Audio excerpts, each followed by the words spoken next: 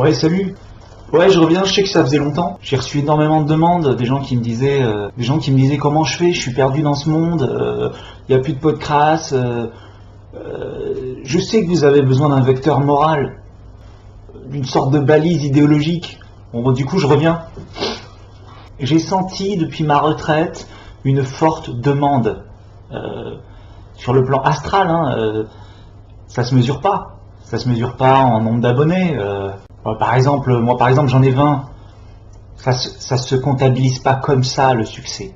Ça se comptabilise pas comme ça, l'amour. C'est plus une conviction intime, je pense. Vous me direz ce que vous en pensez dans les commentaires. Plutôt vous direz rien, parce qu'en général, il n'y a pas de commentaires. Du coup, reste la conviction intime. Alors si vous voulez me dire que le son est pourri, que ma tronche est pourrie, que le montage est pourri, que vous êtes déçus, et que je suis un sale gauchiste de merde, n'hésitez pas. Ça donne du grain à moudre, puis je suis content le matin, je me réveille, j'ai des notifications. Je viens juste de penser à un truc là, du coup. C'est au moment où tu te rends compte que les gens qui sont d'accord avec toi, les gens bienveillants, sont timides, toujours. C'est rare, c'est vrai, c'est rare que quelqu'un me dise c'est bien ce que tu fais, tu vois. Alors que par contre, c'est nul ce que tu fais, ça, j'ai suffisamment. Quelle est la leçon à tirer? Je ne sais pas. Mais n'hésitez pas. Alors, si vous voulez me dire aussi que ce sont des vieilles infos, que d'autres, oui. Oui, mais bon, déjà, moi j'ai une vie, je le fais pour vous. Le présent, il suffit de... vous voyez là ce qui vient de se passer? Hop, c'est déjà plus... Attends, ça a recommencé. C'est déjà plus le présent. Hop, c'est plus le présent. Hop, c'est le... On n'est pas dans le futur. Non, on n'est pas dans le futur pour le coup, mais on n'est déjà plus dans le présent. Là, on est à nouveau dans le présent. Vous voyez, donc me faites pas chier avec les infos. C'est le temps passe trop vite de toute façon. Ça, c'est un truc des féministes ou des communistes de toute façon. Ouais, oui, bien sûr. À la vitesse à laquelle le temps passe. Si vous zoomez sur la frise chronologique, vous voyez une femme avec les seins nus, un chapeau de communiste et le poing levé. Bien sûr. Donc j'étais tranquille la dernière fois. Et qu'est-ce que je vois? Qu'est-ce que je vois? L'écriture inclusive. Alors on m'a demandé mon avis. J'ai énormément de demandes. Alors oui, parce que, alors je vous explique rapidement ce que c'est. C'est quand tu mets un petit point entre les mots des syllabes pour que ça te... est-ce qu'il est admissible d'être pour un truc qu'on comprend pas? Je pense que c'est une bonne chose parce que il n'y a pas de raison que tout soit masculin. Voilà. Et aussi, je pense que d'une certaine manière, ça peut favoriser l'indépendance de la Catalogne. Et aussi, est-ce qu'on a le droit d'être pour quelque chose juste parce que ça fait chier tout le monde? La réponse est oui. Déjà, ça fait chier Christine Angot. Moi, si ça fait chier Christine Angot, je suis pour. Donc moi, l'écriture inclusive, je valide. Ça fait chier les gars sur les forums qui disent oui, on n'y comprend rien. C'est encore un coup des féministes. Comme le World Trade Center, des féministes, le World Trade Center. Bien sûr, si vous zoomez sur la photo, juste derrière l'avion, il y a une meuf avec les seins nus et le poing levé, évidemment. Bah évidemment, il faut un bon zoom. Qu'est-ce qui est un autre truc des féministes? Le féminisme. Ouais, ça vient d'eux aussi. Si tu zoomes derrière la photo de Simone de Beauvoir en train de signer des autographes, là, il y a une meuf avec les seins nus et le poing levé aussi.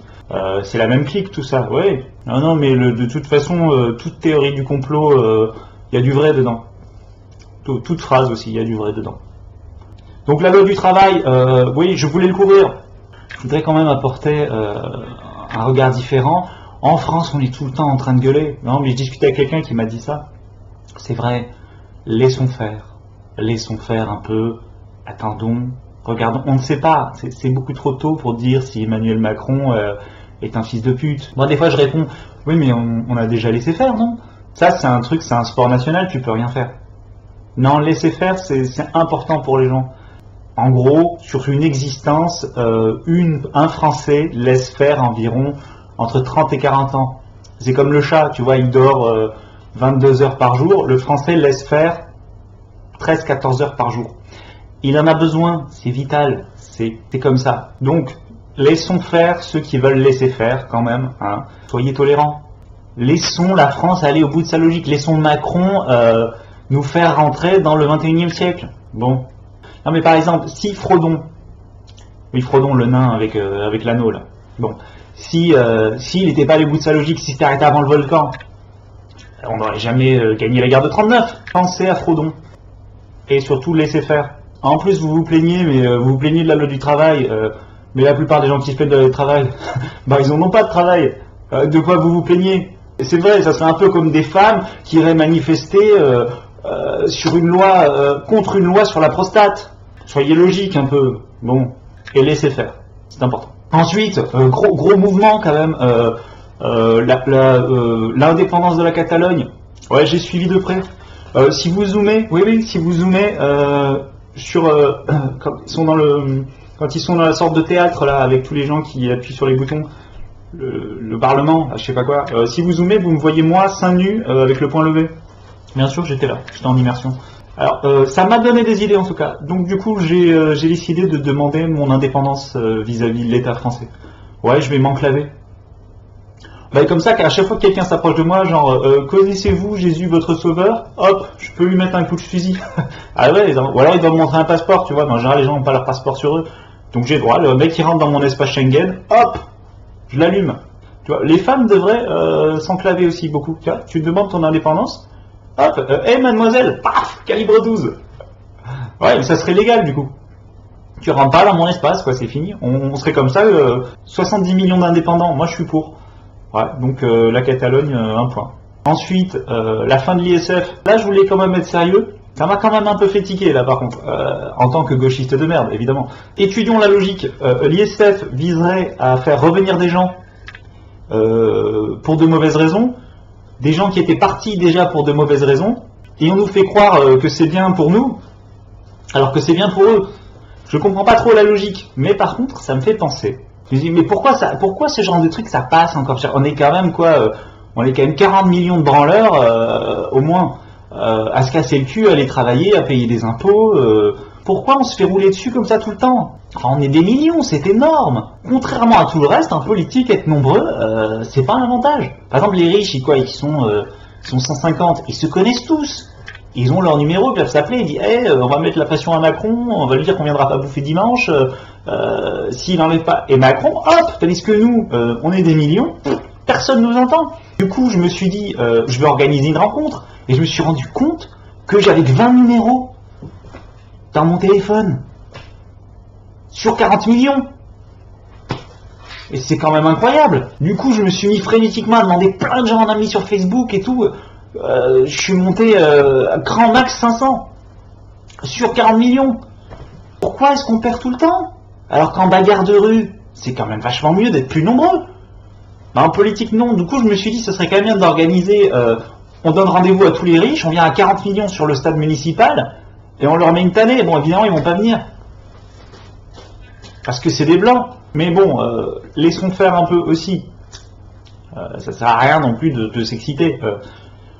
Et on finit sur un truc, rien à voir. Les sugar daddy. Les sugar daddy, tu sais, c'est quand t'es pauvre, t'es étudiante et t'es bonasse, tu vas avoir quelqu'un qui va payer tout pour toi, moyennant du cul, hein, faut le dire. Alors, sur le principe, non. Mais je me demande, mais qui a eu cette idée? C'est-à-dire que là, pendant qu'on parle, si vous voulez, il y a au moins 10 000 personnes qui sont chez eux en se demandant qu'est-ce qu'ils vont pouvoir inventer. C'est-à-dire, c'est quoi l'appli qui va leur faire gagner le plus de thunes? Ouais, c'est des sortes de...